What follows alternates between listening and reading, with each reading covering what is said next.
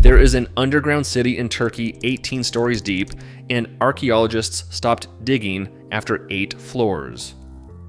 This is not the only time that has happened.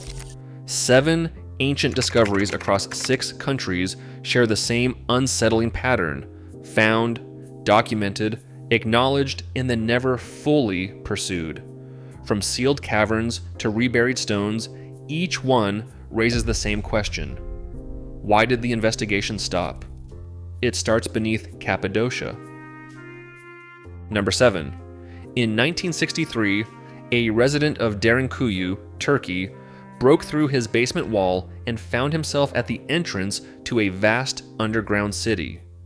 Over the next decade, archaeologists mapped out a labyrinth stretching down at least 18 levels, reaching a depth of approximately 85 meters.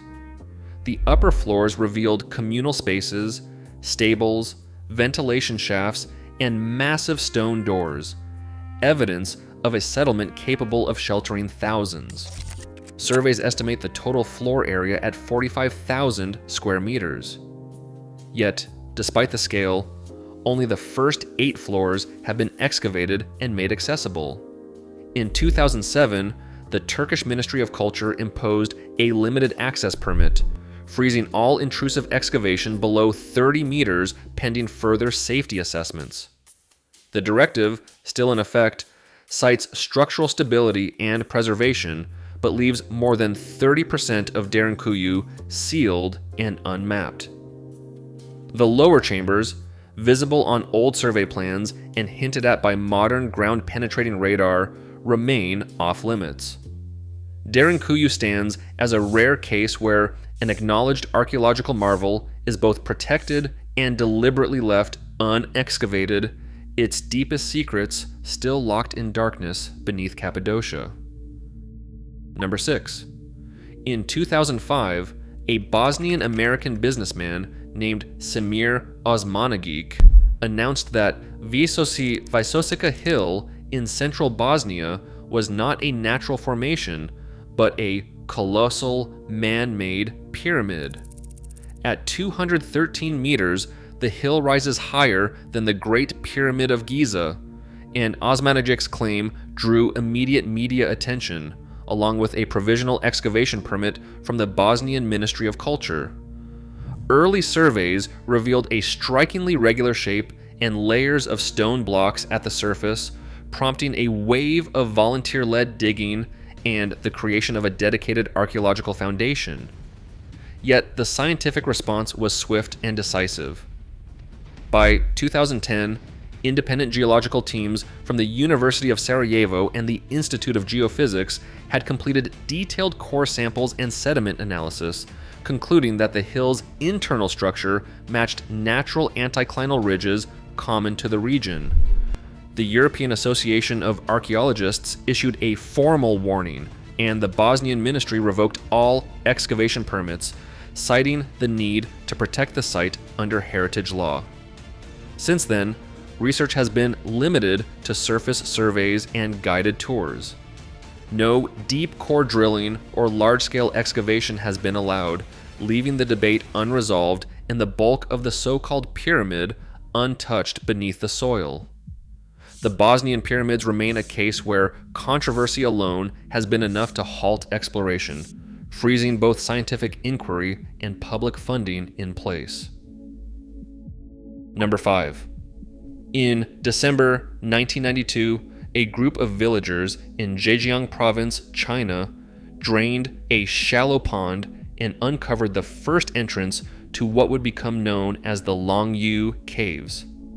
Within months, surveyors from the Zhejiang Provincial Cultural Heritage Bureau documented a network of 24 hand-carved chambers, each reaching up to 30 meters in height and together spanning nearly 30,000 square meters. Every wall and ceiling bore a uniform pattern of 60-degree chisel marks, suggesting a coordinated, large-scale excavation.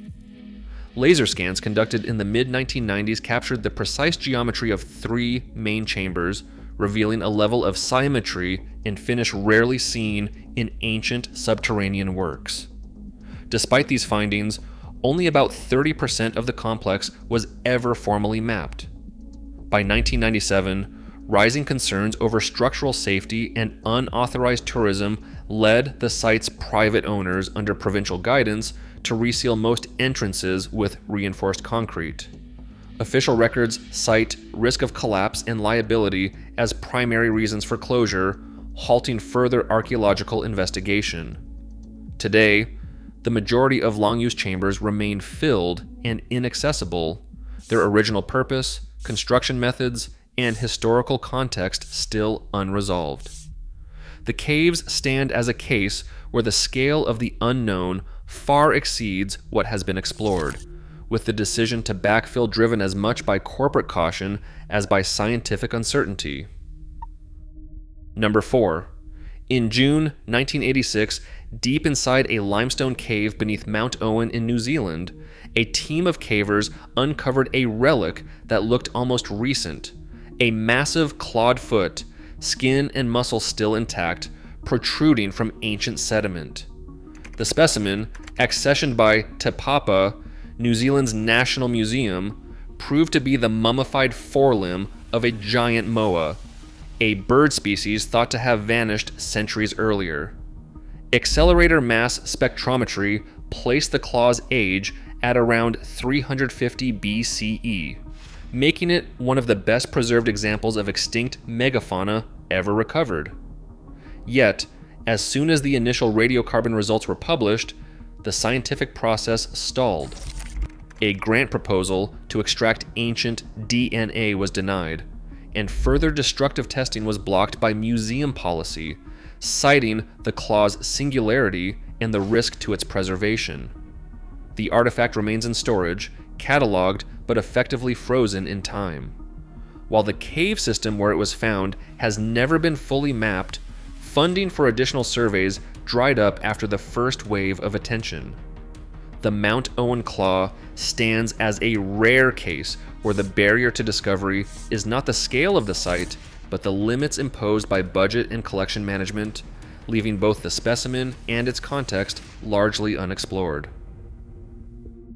Number 3. In April 1986, a diver off the coast of Yonaguni Island in Japan logged a discovery that would spark decades of debate: broad, flat terraces and sharp-angled steps carved into submerged sandstone, stretching for nearly 150 meters at a depth of 25 meters below the surface. Early dive logs describe a series of geometric platforms and vertical walls, features that seem at odds with the region's natural geology. By 1995, a NOAA-funded sonar survey had mapped just 30% of the formation, revealing a structure that some marine geologists argued could be the product of human modification. Yet, in 2000, a government-commissioned geological report classified the monument as a natural formation shaped by tectonic uplift and marine erosion. This official stance triggered a legal barrier. The Japanese Coast Guard denied further excavation permits, and the Agency for Cultural Affairs declined to list Yonaguni as a protected archaeological site. Without that designation, large-scale research is effectively frozen. Today, less than 5% of the monument has been mapped with high-resolution sonar. The legal classification as a natural feature has done more than settle a scientific argument. It has ensured that the vast majority of Yonaguni's terraces remain unstudied, their origins unresolved beneath the currents of the East China Sea. Number 2. In the hills of West Dunbartonshire, the Cocknow Stone presents a case where preservation and concealment have become almost indistinguishable. First uncovered in 1887, this granite slab measures 2.5 by 1.2 meters and is etched with more than 90 Bronze Age carvings, spirals, cup marks, and geometric motifs that form one of Europe's densest concentrations of prehistoric rock art. By 1965, concerns over vandalism and weathering led heritage authorities to deliberately rebury the stone beneath a thick layer of soil, effectively removing it from public view. Decades later, in 2016, the slab was temporarily exposed under the supervision of Historic Environment Scotland for a comprehensive photogrammetry survey. High-resolution scans captured every groove and indentation before the stone was once again covered, this time with geotextile and turf. The official stance frames these actions as necessary for long-term conservation, yet the result is that over 90% of the slab's surface remains inaccessible, its details available only in digital form. The deliberate reburial policy raises a difficult question. When does the act of safeguarding a treasure become a barrier to understanding it? The Kokno stone stands as a rare example where protection has come to mean almost total observational suppression, setting the stage for the even larger scale preservation first approach at Göbekli Tepe. And finally, in first place, the story of Göbekli Tepe stretches the gap between discovery and understanding to its limit. Unearthed in 1995 near Şanlıurfa, Turkey, this pre-pottery temple complex rewrote the timeline of civilization. Radiocarbon analysis of charcoal and bone places the earliest construction at around 11,600 BCE, thousands of years before the first cities or domesticated crops. The site's most striking features are its massive T-shaped limestone pillars, some standing 5.5 meters tall and weighing up to 20 tons, arranged in circular enclosures with intricate animal reliefs. Yet, despite nearly 3 decades of research, only about 5% of the mound has been excavated. Remote sensing and magnetometry reveal dozens more circles and structures still hidden beneath the earth, suggesting the full extent of the sanctuary remains buried. In 2023, the Turkish Ministry of Culture issued a Preservation First directive, mandating that all further excavation prioritize in situ conservation and that any new finds be reburied or left untouched unless strict conservation conditions are met. This policy, now echoed by UNESCO, turns Göbekli Tepe into a living paradox. The world's oldest monumental sanctuary, acknowledged as a site of global importance, with more than 95% deliberately left unexplored. The knowledge deferred here is not a matter of lost opportunity or neglect, but a conscious decision to pause, to preserve, and to wait. Göbekli Tepe stands as the ultimate reminder that some of humanity's greatest revelations remain just beneath the surface, their secrets protected by the very frameworks meant to honor them. Across all 7 sites, one pattern is clear.